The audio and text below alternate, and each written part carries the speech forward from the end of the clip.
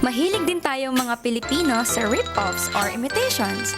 Mayroon din tayong mga pelikula na ang title ay halos tulad ng mga sikat na Hollywood movies, pero wala namang kinalaman sa tunay na storya ng mga ito. Tulad ng James Bond mula sa James Bond series, Lone Ranger na naging Wrong Ranger, at kahit na ang Schindler's List na may seryosong tema ay nagkaroon din ng spoof, ang Swindler's List. Ngunit na maimbento ang telebisyon, dito naman nagsimulang lumaganap ang ating industriya. Kaya nga naglipatan sila dito, di ba? It's called Seeking the Greener Pastures. You don't call it anything. Wala We call it script. anything. No, you don't call it anything. Hindi na tayo lalayo pa sa usapan kung sino ang pinakatanyag, ang icon at tinaguriang King of Philippine Comedy na si Rodolfo Quezon Sr. o mas kilala natin lahat bilang Dolphy.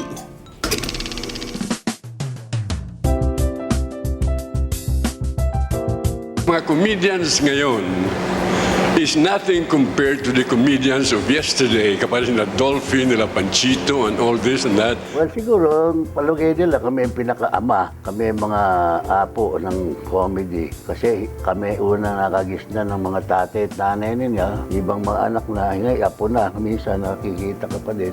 Mukha ng mga pelikula mo, lalalabas pa, maski luma na natandaan ka pa ng tao. Di ba nga bago ngayon, kinakailangan mayroong pelikula din na nakikita.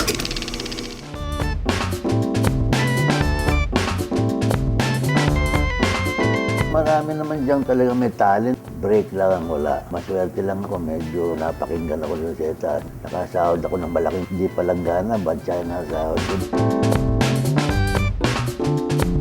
Tutuwa ako doon dahil isang honor sa akin yun dahil ikaw ang pinamamarisan, di ba? Parang lumalabas na idol ka. Makakataba ng puso talaga yun. Susunod sa yapak mo. Ako minsan sinasabi ko, mga susunod sa yapak ko, baka medyo bilib ako doon sa tao. Modesty aside, mas sikat ako eh. Siguro, mas malaki achievement ko nagawa sa kanila. Kumbaga sa gunfighter, kung sino yung pinakamagaling hinahanap ng gunfighter na mapatay, gano'n. Gusto nila ma-compare ka doon. Kailangan maging Dolphy ako. Kung maaari, lakpas pa kay Dolphy. Kamukha ko nung araw. Ang timing ko, kinukuha ko kila Pugo. Maraming pagsubok pero lahat to ay nalalagpasan gamit ng kanyang mga funny antics. Yan ang trademark ng mga characters na ginagampanan at pinagbibidahan ni Mang Dolphy. At di lang yun kilala rin siya bilang isang queer icon sa ating industriya dahil sa mga characters na kanyang mga ginagampanan sa kanyang mga pelikula gaya nila Jill sa Jack and Jill, nila Pacifica Falayfay, nila Coring sa Ang Tatay Kong Nanay at bilang si Walterina sa Markova. You love! Click and